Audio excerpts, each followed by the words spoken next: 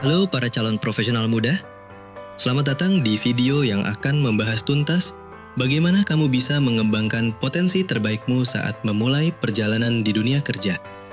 Momen transisi dari bangku kuliah ke dunia profesional seringkali penuh tantangan dan pertanyaan.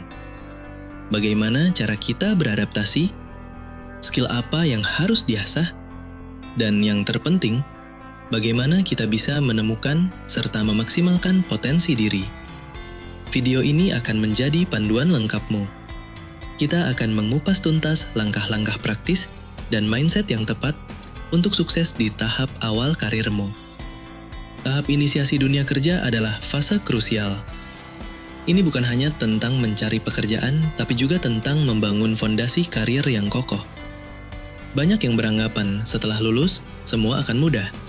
Namun realitanya, kamu akan menghadapi lingkungan baru, tuntutan yang berbeda, dan banyak hal yang belum pernah diajarkan di bangku kuliah.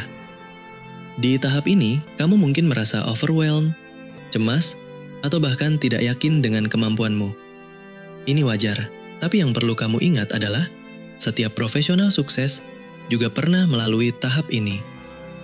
Kunci di tahap ini adalah memahami bahwa ini adalah waktu untuk belajar, beradaptasi, dan yang paling penting, mengidentifikasi di mana letak potensimu yang sesungguhnya. Memasuki dunia magang seringkali terasa seperti melangkah ke wilayah baru yang belum dikenal. Ada yang langsung sigap beradaptasi, namun tak sedikit yang bingung dan pasif. Disinilah setiap mahasiswa menghadapi pilihan krusial. Apakah akan menjalani masa magangnya dengan sungguh-sungguh dan bertumbuh, atau sekadar hadir tanpa makna?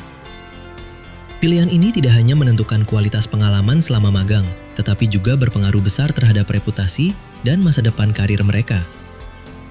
Salah satu tantangan terbesar dalam dunia magang adalah munculnya sikap-sikap negatif dari para peserta, yang bisa dikategorikan sebagai bad boys magang.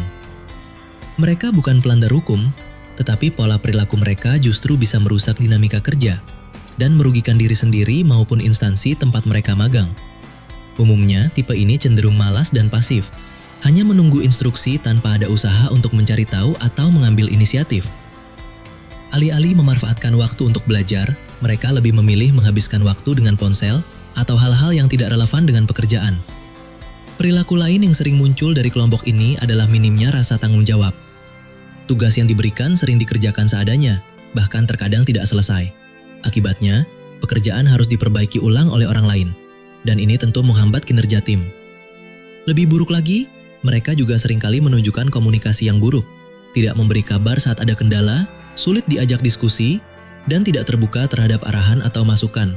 Semua ini memperlihatkan kurangnya kesadaran bahwa mereka adalah bagian dari tim yang saling bergantung satu sama lain.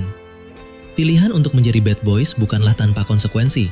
Dalam jangka pendek, pengalaman magang akan terasa hambar dan tidak memberikan nilai tambah. Dalam jangka panjang, reputasi buruk bisa menempel dan menyulitkan akses terhadap peluang-peluang penting seperti rekomendasi kerja, beasiswa, atau bahkan kesempatan magang lanjutan. Yang lebih merugikan lagi, kesan negatif dari instansi tempat magang dapat menjadi catatan yang membatasi jaringan profesional di masa depan.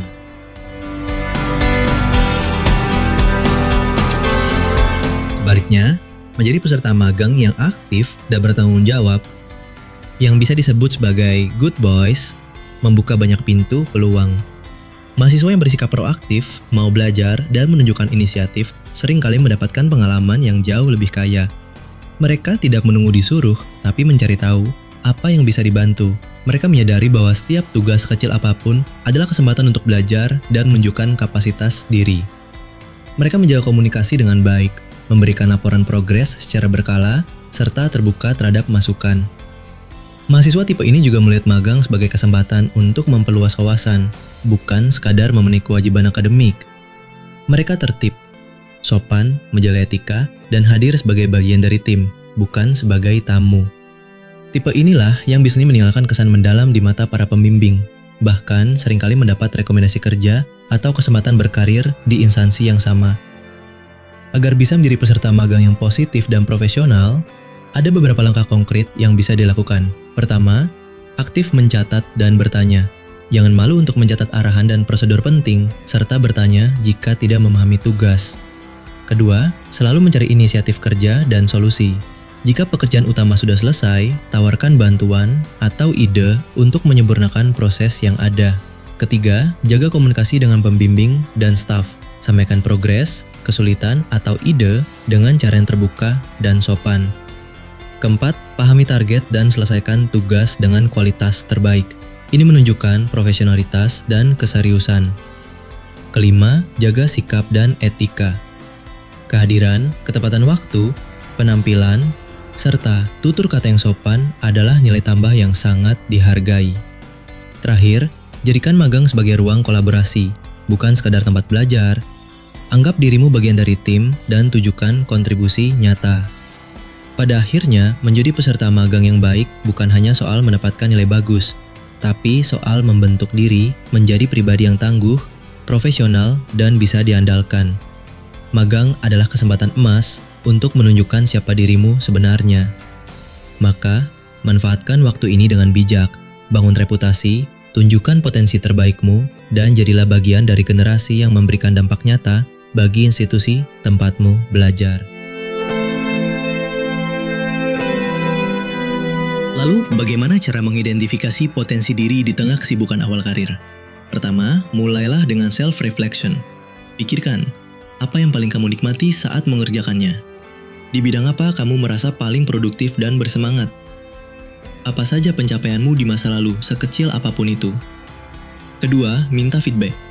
Jangan ragu bertanya kepada mentor, dosen, atau bahkan teman dekat. Pandangan dari luar bisa sangat mencerahkan tentang kekuatan dan area yang perlu kamu kembangkan. Ketiga, eksplorasi dan coba hal baru. Tahap awal karir adalah waktu yang tepat untuk mencoba berbagai peran atau proyek. Terkadang, potensi tersembunyi baru muncul saat kita keluar dari zona nyaman. Misalnya, kamu mungkin ahli dalam analisis data, tapi ternyata memiliki bakat terpendam dalam presentasi atau public speaking. Jangan batasi dirimu. Setelah mengidentifikasi potensi, langkah selanjutnya adalah mengembangkannya. Ada beberapa strategi ampuh yang bisa kamu terapkan. Pertama, pembelajaran berkelanjutan, lifelong learning. Dunia kerja terus berubah, jangan pernah berhenti belajar. Ikuti kursus online, baca buku, dengarkan podcast, atau ikuti seminar yang relevan dengan bidangmu. Kuasai skill-skill yang sedang diminati di industri. Kedua, mencari mentor. Seorang mentor bisa menjadi kompas yang berharga. Mereka bisa memberikan panduan, berbagi pengalaman, dan membuka pintu kesempatan. Carilah seseorang yang kamu kagumi di bidangmu, dan jangan ragu untuk mendekat. Ketiga, berjejaring, networking. Bangun relasi yang baik dengan rekan kerja, atasan, dan profesional di luar kantormu. Jaringan yang luas tidak hanya membuka peluang, tapi juga memberimu akses ke berbagai pengetahuan dan perspektif. Keempat, menerima tantangan baru. Jangan takut mengambil proyek di luar deskripsi kerjamu, jika itu bisa memperluas skill setmu. Ini adalah cara terbaik untuk mengasah potensi dan menunjukkan inisiatif. Kelima, evaluasi diri secara berkala. Luangkan waktu untuk meninjau progresmu. Apa yang sudah berhasil kamu capai? Apa yang perlu diperbaiki? Proses ini akan membantumu terus berkembang. Selain strategi, mindset yang tepat juga sangat menentukan kesuksesanmu di tahap inisiasi ini. Pertama, growth mindset. Percayalah bahwa kemampuanmu bisa terus berkembang melalui usaha dan dedikasi. Jangan mudah menyerah saat menghadapi kesulitan. Kedua, proaktif. Jangan menunggu perintah, ambil inisiatif, tawarkan bantuan, dan cari tahu apa yang bisa kamu lakukan untuk memberikan dampak lebih. Ketiga, resilient. Akan ada hari-hari sulit. Kegagalan adalah bagian dari proses belajar. Bangkitlah lebih kuat setiap kali kamu jatuh.